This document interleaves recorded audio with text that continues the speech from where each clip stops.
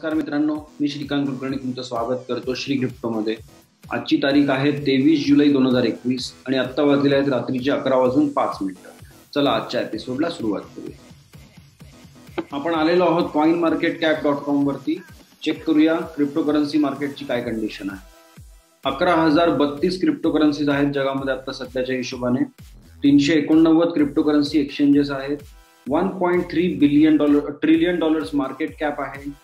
61.29 billion dollars trading volume आहे 24 तासांचं। बिटकॉइनचं dominance आहे 46% आणि इथेरियमचं आहे 17.9%। टोटल मार्केट कॅप जर बघितलं तर 1.31 ट्रिलियन डॉलर्स आहे आणि कालपेक्षा आज मार्केट 1.4% 1.4% खाली आलेलं आहे। टॉप 10 क्रिप्टोकरन्सीज पटापट चेक करूया। बिटकॉइन आता आहे $32,105, 0.93% कमी झालेला आहे कालपेक्षा आणि 0.35% वाढला आहे 7 दिवसांच्या मानाने। गुड न्यूज, 600 बिलियन डॉलर्सच्या वर आलेलो आहोत आपण। 602.836 बिलियन डॉलर्स मार्केट कॅप आहे। इथेरियम सेकंड रँकला $2004.45 आता, तो पण $2000 वरती असल्यामुळे चांगलं वाटतंय बघायला बऱ्याच दिवसांनी। 1% कमी झालाय 24 तासांमध्ये आणि 4.38% वाढलेला आहे 7 दिवसांच्या मानाने। 234.591 बिलियन डॉलर मार्केट कॅप आहे। तिसऱ्या नंबरला tether $1 61.8 billion dollar market cap आहे। बायनान्स कॉइन आता आहे $282.73, 4.25% कमी झालाय 24 तासांमध्ये आणि 8.89% कमी झालाय 7 दिवसांमध्ये। 47.58 बिलियन डॉलर मार्केट कॅप आहे। एडीए म्हणजे कार्डेनो $1.15 आहे, 3.81% कमी झालाय 24 तासांमध्ये आणि 5.5% कमी झालाय 7 दिवसांमध्ये। 36.88 बिलियन डॉलर मार्केट कॅप आहे। जर USD कॉइन आता चेक करूया, $1 आहे, 26.9 बिलियन डॉलर मार्केट कॅप आहे। रिपल आता 7व्या नंबरला 57.85 सेंटला आहे, म्हणजे $0.5785, 3.68% कमी झालाय 24 तासांमध्ये आणि 4.25% कमी झालाय 7 दिवसांत। 26.75 बिलियन डॉलर मार्केट कॅप आहे। डोज कॉइन आता आहे 18.48 सेंटला, म्हणजे $0.1848, 4.25% कमी झालेला आहे 24 तासांमध्ये आणि जवळजवळ 3% वाढलेला आहे 7 दिवसांच्या मानाने। 24.12 बिलियन डॉलर मार्केट कॅप आहे। 9व्या नंबरला पोल्काडॉट $12.5 आसपास आहे, 6.15% कमी झालाय 24 तासांमध्ये आणि 1.5% आसपास 1.25% आसपास कमी झालेला आहे 7 दिवसांमध्ये। 12.188 बिलियन डॉलर मार्केट कॅप आहे।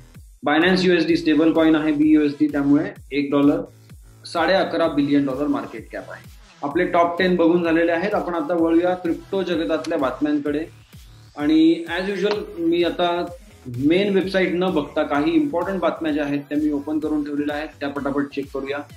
Bitcoin is the key to the future of Twitter, Jack Dorsey says.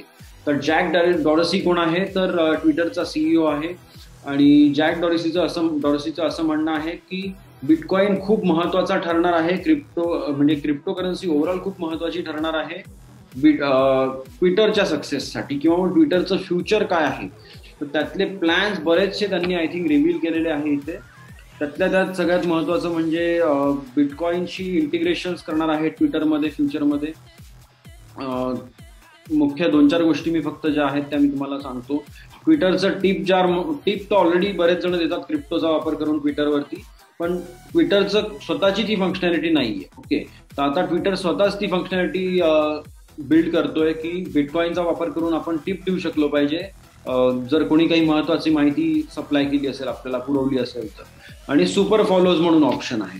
तर हे खूप चांगली स्टेप आता ट्विटरकडून घेतली जाते जर हे त्यांनी खरंच करू शकले तर, कारण डिसेंट्रलाइज सोशल मीडिया किंवा मग सोशल मीडिया ओव्हर ब्लॉकचेन किंवा मग क्रिप्टोकरन्सी पॉवर्ड सोशल मीडिया ही जी गोष्ट आहे, आता याच्यामध्ये बरेचसे प्लॅटफॉर्म्स ऑलरेडी आलेले आहेत की जे त्याच्यामध्ये लोकांनी आपल्याला लाईक्स दिल्या की आपल्याला ऍक्च्युअल अमाऊंट मिळते त्या क्रिप्टोकरन्सीची, किंवा मग आपलं जर व्हिडिओ पण पोस्ट केलेला आहे तो खूप लोकांनी पाहिला तर आपल्याला काही ना काही अमाऊंट मिळते क्रिप्टोमध्ये। ओके, आता युट्यूब किंवा मग इतर माध्यमं ऑलरेडी आहेत, पण त्याच्यामध्ये कसं आहे शेवटी ते सेंट्रलाइज्ड असल्यामुळे सगळा कंट्रोल जो आहे तो त्यांच्या हातात आहे।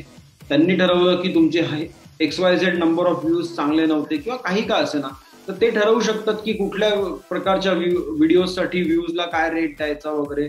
तर कम्प्लीट सेंट्रलायझेशन आहे. आणि शेवटी काय असतं की सेंट्रलायझेशन असलं की काही ना काही सेन्सरशिप सुद्धा असते. सो त्यांना जर आवडला नाही एखादा व्हिडिओ तर ते आपल्याला वॉर्निंग पाठवतात. वॉर्निंगच्या नंतर सेकंड वॉर्निंग आणि त्यानंतर तुमचं अकाउंट सुद्धा डिलीट होऊ शकतं किंवा ऍटलिस्ट ते व्हिडिओज डिलीट करतात आधी, त्यानंतर मग अकाउंट सुद्धा डिलीट होऊ शकतं. आणि गेल्या 2 वर्षांमध्ये बऱ्याच लोकांचे अकाउंट डिलीट झालेले आहेत ज्यांनी सेन्सिटिव्ह टॉपिक्स बद्दल काहीतरी महत्वाचं त्यांचं स्वतःचं म्हणणं मांडलं तरी सुद्धा ते पचनी पडलेलं नाहीये या सेंट्रलाइज सिस्टीम्सच्या. आणि शेवटी मग त्यांचे अकाउंट डिलीट झालेले आहेत बऱ्याच लोकांचे. मग या गोष्टींपासून दूर जाण्यासाठी लोक काय करतात की डिसेंट्रलाइज सोशल मीडियाकडे वळायला लागले. पण जर ट्विटर या गोष्टींचा वापर करत असेल, क्रिप्टो बेस्ड इकॉनॉमी जर ते बिल्ड करत असतील इनसाइड ट्विटर, तर it can be a very good thing. पण शेवटी काय आहे, तरी सुद्धा ट्विटर हे एक शेवटी सेंट्रलाइज इन्स्टिट्यूशन आहे. त्यामुळे किती लोक तिथे त्याचा वापर करतील ते बघण्यासारखी गोष्ट आहे. बघूया पुढे काय होतं. ओके, नेक्स्ट न्यूज आहे Coinbase and top executive face securities class action lawsuit. आता इथे लॉसूट हिडन वर्ड आहे. Coinbase and top executive face securities class action over Nasdaq listing. तर नॅसडॅकला कॉइनबेसचं जे लिस्टिंग झालेलं आहे त्यावेळी ते अशा प्रकारचं लिस्टिंग त्यांनी करून घेतलं की डायरेक्ट लिस्टिंग त्याला म्हणतात. म्हणजे काय की मी डायरेक्ट लिस्टिंग करतोय पण मी इनिशियल पब्लिक ऑफरिंग करणार नाही. म्हणजे काय, मी कुठले शेअर विकत नाहीये नवीन इश्यू करून, फक्त आमचं लिस्टिंग करून घ्या म्हणजे आमचे जेवढे एक्झिस्टिंग शेअर आहेत तेच फक्त ट्रेडिंगला मोकळे होतील. म्हणजे थोडक्यात काय की तुम्हाला पैसे उभे करायचे नाहीयेत, फक्त लिस्टिंग पाहिजे. ओके, अशा प्रकारे त्यांनी ते केलं. आणि त्यानंतर लगेचच आय थिंक काहीतरी 1 की 1.5 महिन्यानंतर त्यांनी नवीन बॉन्ड्स इश्यू केले आणि परत फंड रेज केलं. सो थोडक्यात त्यांनी आधी मिसलिडिंग इन्फॉर्मेशन दिली आहे जुन्या इन्व्हेस्टर्सला किंवा बाकीच्या लोकांना. इव्हन फायलिंग्सच्या मध्ये सुद्धा SEC ला जे फायलिंग्स होतात किंवा स्टॉक मार्केट्सला जे फायलिंग करावे लागतात, रेग्युलेटर्सकडे बराचसा डेटा जातो आपल्या कंपन्यांचा, तर त्याच्यामध्ये त्यांनी काहीतरी मिसलिडिंग इन्फॉर्मेशन दिली असं त्यांचं म्हणणं आहे. आणि त्यांच्याच एका इन्व्हेस्टरने त्यांच्या अगेन्स्ट ही केस केलेली आहे. आणि त्यात त्याचं म्हणणं आहे की तुम्ही आम्हाला अर्धवट माहिती दिली किंवा चुकीची माहिती दिली असं दाखवायचा प्रयत्न केला की आम्ही कॅश रिच आहोत, आम्हाला पैसे उभे करायची गरज नाहीये. जर ती गरज नव्हती आणि नुसतं लिस्टिंग तुम्ही करून घेतलं तर मग ताबडतोब लगेच 1.5-2 महिन्यानंतर तुम्हाला कुठल्या पैशाची गरज पडली जे तुम्ही परत बॉन्ड इश्यू केले. या गोष्टीमुळे आता हे कॉइनबेसच्या अगेन्स्ट सुद्धा केस झाली आहे. आणि जे त्यांचे टॉप एक्झिक्युटिव्ह आहेत, CEO आहे ब्रायन आर्मस्ट्रॉंग किंवा मग CLO आहे पॉल ग्रेवाल म्हणून, त्यांच्या अगेन्स्ट केस झालेली आहे. आणि आता बघू पुढे काय कसं होतं ते. ओके, नेक्स्ट कडे बोलूयात. Axie Infinity refreshes record high as AXS ascends 131% in just 3 days. तर Axie Infinity नावाचा एक ऍक्च्युअली गेम आहे मेटावर्स मधला, म्हणजे आपलं हे युनिवर्स आहे तर हे मेटावर्स समजा डिजिटल रियालिटी आहे थोडक्यात ती. तर त्याच्यामध्ये ऍक्सिस नावाचे पेट्स आहेत, मग त्यांना आपण विकत घ्यायचं, काळजी घ्यायची, त्यांना काहीतरी फीडिंग करायचं, सगळ्या गोष्टी त्याच्यामध्ये आहेत. आणि त्यांचं ट्रेडिंग सुद्धा होतं. तर त्या ऍक्सिस या सगळ्या सिस्टीम मध्ये जे टोकन वापरलं जातं ते आहे AXS टोकन. ठीक आहे, ते टोकन इथिरियम वरती बेस्ड आहे, मायनेबल नसणार टोकन असल्यामुळे. तर त्याची प्राइस आय थिंक काहीतरी $14 आसपास होती मंगळवारी आणि ती पोचली शुक्रवारी $32.69 पर्यंत. म्हणजे जवळजवळ टोटल ग्रोथ जी आहे ती 131% त्यांनी म्हटली. आणि टोटल ओव्हरऑल ग्रोथ बघितली 2021 मध्ये Axie इन्फिनिटीची तर ती आहे 5,000% आसपास. म्हणजे महाप्रचंड ग्रोथ झालेली आहे. So future is digital. थोडक्यात तुमचे गेम्स मध्ये सुद्धा तुमच्या कारचे जे पार्ट्स आहेत किंवा मग तुम्ही जे हेल्मेट घालणार आहात त्या गेमच्या आतमध्ये, किंवा मग समजा ऍक्शन गेम असेल, गन्स कोणत्या कोणत्या आहेत, बुलेट्स कोणत्या आहेत, वेपन्स कोणते आहेत, तुमचा अवतार काय आहे, या सगळ्या गोष्टींचं ट्रेडिंग हळूहळू म्हणजे ऑलरेडी होतच होतं, पण आता ते आणखीन क्रिप्टोमुळे आणखीन ते वेगळ्या प्रकारे ट्रेडिंग होणार आहे. आणि त्यामुळे अशा प्लॅटफॉर्म्सला जास्त मागणी आहे आणि त्यांचे टोकन्स सुद्धा व्हॅल्युएबल मानले जात आहेत. पुढे वळूया पुढच्या बातमीकडे. Nigeria to pilot central bank digital currency in October. तर नायजेरियाच्या सेंट्रल बँकेकडून बऱ्याच वेळा हे झालं की त्यांनी क्रिप्टो करन्सीजला दाबण्याचा प्रयत्न केला, क्रिप्टो करन्सीजला बँकिंग सपोर्ट द्यायचा नाही, जसं RBIने केलं होतं 2018 मध्ये. तसं सगळं त्यांनी आता परत एकदा सुरू केलं होतं करायला. तर बऱ्याच लोकांना आमच्यासारख्यांना खुणखुण लागली होती की आता हे काहीतरी सीबीडीसी यांची लॉन्च होणार असणार, आणि तेच झालं. ऑक्टोबरमध्ये त्यांचा हायपरलेजर फॅब्रिक वापरून त्यांनी बनवलेलं आहे त्यांचे टोकनच म्हणायला लागेल, कॉइन तर म्हणू शकत नाही.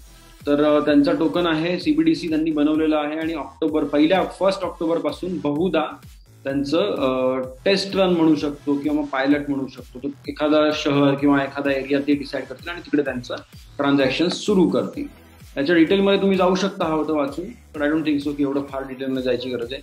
बायनान्स US looking at IPO route. CZ म्हणजे त्यांचा सीईओ जो आहे चँगपेंग झाओ नाव आहे त्याचं, तर ते थोडंसं कॉम्प्लिकेटेड वाटतं, त्यामुळे त्याचा शॉर्ट फॉर्म सगळ्यांनी केलाय, CZच म्हणतात त्याला सगळेजण. तर CZ म्हणतो आहे. ऍक्च्युली बायनान्स जगभरात जे काही काम करतं ते वेगळं आहे, आणि US मध्ये बायनान्स US is a totally different entity. Okay, आणि म्हणजे त्याला सगळ्या सर्व्हिसेस वगैरे तर शेवटी बायनान्स बाहेरच्या मेन एंटिटीकडूनच मिळतात, फक्त त्याचा लिगल प्रेझेन्स वेगळा ठेवला गेलेला आहे, कारण US मधले लॉज जरा स्ट्रॉंग आहेत ओके त्या बाबतीत, क्रिप्टोच्या बाबतीत. तर पण त्यांनी पण बऱ्याच मोठमोठ्या गोष्टी घडवून आणलेल्या आहेत रिसेंटली. म्हणजे मी एक सेकंड फक्त, मी त्यांच्यात येस, तर आता रिसेंटली ब्रायन ब्रुक्स म्हणून त्यांना जॉईन केला होता. ब्रायन ब्रुक्स म्हणजे कोण होता की तो he was farmer acting controller of the United states office of the controller of the currency. तो बायनान्स USचा सीईओ म्हणून त्याला घेतलं गेलं. म्हणजे कंट्रोलर ऑफ द करन्सीचं ऑफिस मधल्या हेड किंवा मग त्यातल्या माणसाला जर तुम्ही डायरेक्टली सीईओच्या पोझिशनला बसवताय, तर तो ऑफकोर्स तुम्हाला रेग्युलेशन कसं पार पाडता येईल, रेग्युलेटरी कम्प्लायन्सेस कसे पार पाडता येतील त्या बाबतीत नक्कीच तुम्हाला हेल्प करेल. बरोबर.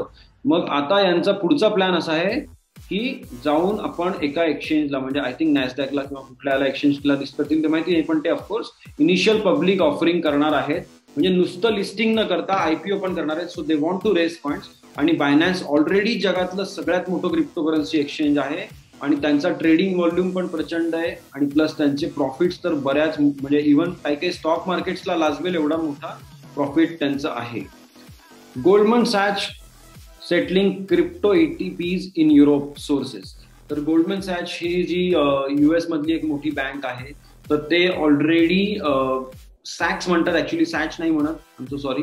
तर गोल्डमन सॅक्स आहे ती युरोपमध्ये काही ETP प्रोडक्ट्स जे आहेत त्यांच्यामध्ये सेटलमेंट्स त्यांचे ऑलरेडी सुरू झालेत, आणि त्यांचे ते जे कुठले फॅमिली ऑफिसेस किंवा मग कुठले हाय नेटवर्थ इंडिव्हिज्युअल्स किंवा मग कुठले इन्स्टिट्यूशनल इन्व्हेस्टर्स असतील बाकीचे, तर त्यांचे युरोपमधले जे रिक्वायरमेंट्स आहेत ते युरोपमधून हे सेटल करायला यांनी सुरुवात केलेली आहे. आणि याच्यामध्ये बाकी त्यांनी एवढंच दिलंय की बँक ऑफ अमेरिका सुद्धा हेच करते आहे, इव्हन BNY मेलनने सुद्धा काम सुरू केलेलं आहे यामध्ये. तर बऱ्याचशा ज्या मोठमोठ्या बँका आहेत त्या ऑलरेडी त्यांच्या मोठ्या कस्टमर्सला, म्हणजे जे इन्स्टिट्यूशनल इन्व्हेस्टर्स किंवा फॅमिली ऑफिसेस किंवा बाकीचे कुठले असतील, तर त्यांना VIP कस्टमर्सला ऑलरेडी क्रिप्टोकरन्सीचे प्रोडक्ट्स त्यांनी विकायला सुरुवात केलेली आहे, एवढंच आहे. UK starts consultation on applying travel rule to crypto. आता हे रेग्युलेटरी कम्प्लायन्स मध्ये नाही आहेत ऍक्च्युली. हे FATF म्हणजे फायनान्शियल ऍक्शन टास्क फोर्स म्हणून जी आहे, तर त्यांनी ट्रॅव्हल रूल सुरू करतायत ते क्रिप्टो ऍसेटसाठी. ट्रॅव्हल रूल म्हणजे काही प्रवासाबद्दल काही नाहीये, फक्त एवढंच आहे की सगळ्या UK मधल्या सगळ्या क्रिप्टो एंटिटीजने कोणाकडून ऍसेट निघतोय आणि कोणाकडे पोहोचतोय ही इन्फॉर्मेशन त्या ऍसेटच्या ट्रान्झॅक्शनच्या बरोबरीने लगेच योग्य त्या फॉर्मॅटमध्ये रेकॉर्ड झाली पाहिजे, हा तो रूल आहे.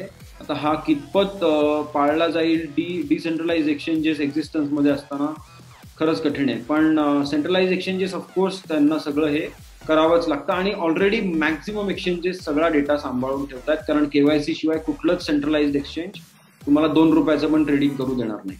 त्यामुळे हा रूल ऑलरेडी फॉलो होतोय, फक्त DeFi किंवा मग बाकीच्या गोष्टींमध्ये हे कसे अचीव्ह करतात ती बघण्याची गोष्ट आहे. बघूया पुढे काय होतं. Thor chains rune token tumbles after second exploit in 2 weeks. तर आता 1-2 आठवड्यापूर्वीच थॉर चेन म्हणजे एक ऍक्च्युअली डिसेंट्रलाइज फायनान्स प्रोटोकॉल आहे की ज्याच्यामध्ये तुम्ही ट्रेडिंग करून, म्हणजे तुमचा ऍसेट आधी तुम्ही ठेवता, तो लॉक करता, रादर तो तुम्ही स्टेक करता आणि तुम्ही त्याच्या अगेन्स्ट दुसरे टोकन घेता आणि त्यांचं ट्रेडिंग करतात फटाफट, आणि त्यातून काही ना काही तुम्ही रिवॉर्ड जनरेट करायचा किंवा मग काहीतरी पर्सेंटेज डिफरन्स असेल बारीकसा, तर तो जनरेट करायचा प्रयत्न करता आणि मग शेवटी तुम्ही घेतलेले टोकन्स परत करता आणि तुमचा ऍसेट बाहेर काढून घेता. ओके, तर हे थोडक्यात डिफाय झालं. तर त्याच्यामध्ये ऑलरेडी मागच्या म्हणजे 2 आठवड्यांपूर्वी एका हॅकरने जाऊन $8.5 मिलियन आसपास इथिरियम ड्रेन करून घेतले होते. म्हणजे त्याने लिटरली त्यांच्या प्रोटोकॉलला वेडं बनवून स्वतःकडे पैसे काढून घेतले, पैसे नाही इथिरियम. आणि आता पुन्हा एकदा तेच झालेलं आहे, $8 मिलियन फटका बसलेला आहे आणि त्यानंतर त्यांचं टोकन क्रॅश झालंय. पण तरीही 180% ग्रोथ आहे मागच्या वर्षीपेक्षा. सो DeFiला काही मरण नाही असं दिसतंच आहे, कारण 2 वेळा हॅक होऊन सुद्धा जर लोक तिथेच जात असतील आणि तेच करत असतील तर काही बोलू शकत नाही पुढे.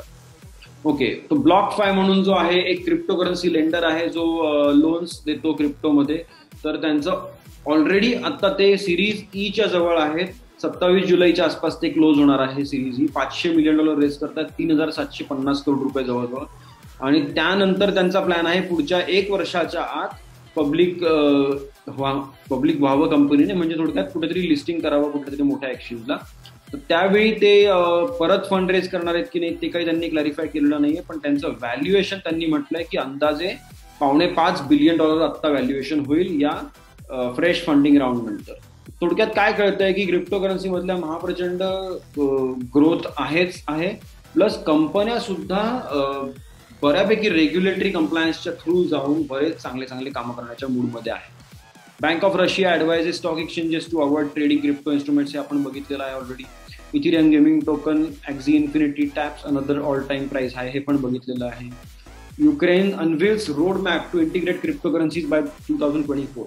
2024 पर्यंत म्हणजे युक्रेनमधल्या ऑथॉरिटी म्हणजे गव्हर्नमेंट्स प्लस काही बिझनेस इन्स्टिट्यूशन्स यांनी एकत्रितपणे स्टडी करून एक रोड मॅप तयार केला आहे आणि त्यांचं गोल आहे 2024 पर्यंत कमीत कमी 50% युक्रेनियन्स म्हणजे युक्रेनचे सिटीजन्स क्रिप्टोमध्ये असले पाहिजेत, त्यांनी वापर केला पाहिजे रेग्युलर बेसिसवरती. चांगला रोड मॅप आहे, पण त्यांना आधी काही लॉ बनवून क्रिप्टोकरन्सीजला आधी डिफाईन करायला लागेल, नंतर त्यांचे कसे टॅक्सेशन आहे वगैरे सगळं ते करावं लागेल, त्यानंतर मग हे पुढचा रोड मॅप ओके आहे. POCSO standard presents assets backing it's stable coins. आता ही तर म्हणजे आपण म्हणतो की एकाने नंबर लावला की पटापट सगळे नंबर लावायला लागतात, तसं झालंय. आता रिसेंटली टेदरने त्यांचे ॲसेट्स डिक्लेअर केले होते की बाबा USDT आम्ही इश्यू करतो तर त्याच्या बॅकिंगला काय आहे, आणि आता पॅक्सोजने त्यांचे स्टेबल कॉइन जेवढे पण आहेत त्याच्या बॅकिंगला काय ॲसेट्स आहेत ते दाखवले आहेत. Sotheby's to auction never before seen Muhammad Ali artwork NFT. तर हे जे आर्टवर्क आहे ते मोहम्मद अलीने स्वतःच्या हाताने पेंट केलं होतं. मोहम्मद अली खूप मोठा बॉक्सर आहे आणि त्याने स्वतःच्या हाताने पेंट केलेलं असं आर्टवर्क आहे जे त्यांच्या घराच्या भिंतीवरती जवळजवळ 20 वर्ष होतं आणि ते कोणीही पाहिलेलं नाहीये बाहेर नॉर्मल पब्लिकने, आणि त्याला कन्वर्ट करून NFT मध्ये ते आता विकायला काढतायत आणि ते सॉथबी हँडल करणार आहेत. या 2 न्यूज ज्या आहेत, Indian central bank RBI unveils plan to launch digital currency in phases, आणि दुसरी major crypto mining company Core Scientific going public on Nasdaq with $4.3 billion valuation. तर आपण आधी ही बघूया की क्रिप्टोकरन्सी मायनिंग मी तुम्हाला आधीपासून सांगत आलोय की छोटी मोठी गोष्ट नाहीये, महाप्रचंड रेव्हेन्यूज आहेत. फक्त आणि फक्त इलेक्ट्रिसिटी इज एक्स्ट्रीमली इम्पॉर्टंट, तर ते एक आहे. आणि ते कोर सायंटिफिक ही अमेरिकन कंपनी आहे, नॉर्थ अमेरिकन कंपनी आहे आणि त्यांचे महाप्रचंड मायनिंग फार्म्स आहेत US मध्ये. तर ते आता लिस्टिंग करतायत आय थिंक नॅसडॅकला, पण ते स्पॅकच्या थ्रू करताय, म्हणजे एक कंपनी त्या कंपनीला विकत घेईल आणि मग दोघी एकत्र मिळून लिस्टिंग. ऑलरेडी लिस्टेड आहेतच, त्यातली एक कंपनी लिस्टेडच असते. तर त्यांचं टोटल व्हॅल्युएशन पोहोचणार आहे $4.3 बिलियन, म्हणजे खूप मोठी डील होणार आहे ही. चांगली न्यूज आहे, मायनर्स साठी चांगल्या न्यूज येत आहेत. India central bank RBI unveils plan to launch digital currency in phases. तर हे RBIचे डेप्युटी गव्हर्नर साहेब आहेत T रविशंकर म्हणून. तर त्यांनी आय थिंक कुठे विधी सेंटर फॉर लीगल पॉलिसी इथे त्यांनी काहीतरी लोकल मीडियाशी इंटरॅक्शन केलं, तेव्हा यांनी हे सगळं सांगितलेलं आहे आणि त्यांचे स्टेटमेंट्स पुढे एका पाठोपाठ आलेले आहेत. तर RBI तर 2015-16 पासून करत होता R&D याच्यामध्ये, कधी ना कधी आपल्याला एक्सपेक्टेड होतच. तर तेच आता पुढे जाऊन होत आहे की आरबीआय म्हणजे रिझर्व्ह बँक ऑफ इंडिया स्वतःची डिजिटल करन्सी लॉन्च करत आहे, which will be called as CBDC. It is categorised as CBDC. आणि म्हणजे थोडक्यात त्यांचं म्हणणं असं आहे की क्रिप्टो करन्सीज प्रायव्हेट असल्यामुळे आम्ही त्यांना करन्सी मानत नाही. ठीक आहे, करन्सी नाही म्हणत चांगलीच गोष्ट आहे. ऍसेट्स म्हणून, डिजिटल ऍसेट्स म्हणून त्यांनी क्रिप्टो करन्सीजला कॅटेगराईज करून घ्यावं, म्हणजे चांगलं होईल, एकदम सगळ्यांनाच क्लॅरिटी मिळेल, राईट. तर ते कधी होईल बघूया. पण आता यांची सीबीडीसीची गाडी आता हळूहळू पुढे चालली आहे आणि ते म्हणतात की आपल्या इंडियन बँकिंग सिस्टीमला आणि बाकीच्या फायनान्शियल सिस्टीमला बिलकुल धक्का न लावता आम्ही हळूहळू सीबीडीसी ची गाडी पुढे नेऊ, असं यांचं थोडक्यात इथे म्हणणं आहे. पायलट वगैरे सगळं रेडी असणार आहे माझ्या मते, फक्त आता हळूहळू ते रिलीज करायला सुरुवात करतील थोडी थोडी माहिती, आणि मग एखादं स्मार्ट सिटी पकडायची आणि त्याच्यामध्ये काहीतरी वापरायला सुरुवात करायची, आधी एका गोष्टीसाठी, दुसऱ्या गोष्टीसाठी, तिसऱ्या गोष्टीसाठी. तर that will be called as digital rupee बहुधा. तर डिजिटल रुपी आणि आपली रुपीजचे नोट्स हे सिमिलर तोलामोराला असतील, त्यामुळे इक्वल असतील एकदम. फक्त काही गोष्टींमध्ये मे बी ॲप बदलेल किंवा मग बॅक एंड बदलेल, फक्त फ्रंट एंड तसंच दिसत राहील. ओके, तर हे बघू आता पुढे कसं डेव्हलप होतंय ते. आजच्या एपिसोडला पूर्णविराम देण्याच्या आधी फक्त पटकन coinmarketcap.com ला जाऊन मी रिफ्रेश करतो. ओके, तर 23 जुलै 2021 ला रात्री 11:27 बिटकॉइन होता $32,169.69 ला. मी श्रीकांत कुलकर्णी तुमचा निरोप घेतो आजच्यासाठी. आपण उद्याच्या एपिसोडमध्ये पुन्हा भेटूया नवीन बातम्या घेऊन आणि नवीन मार्केट अपडेट घेऊन. तोपर्यंत by the dips and hot. Bye guys.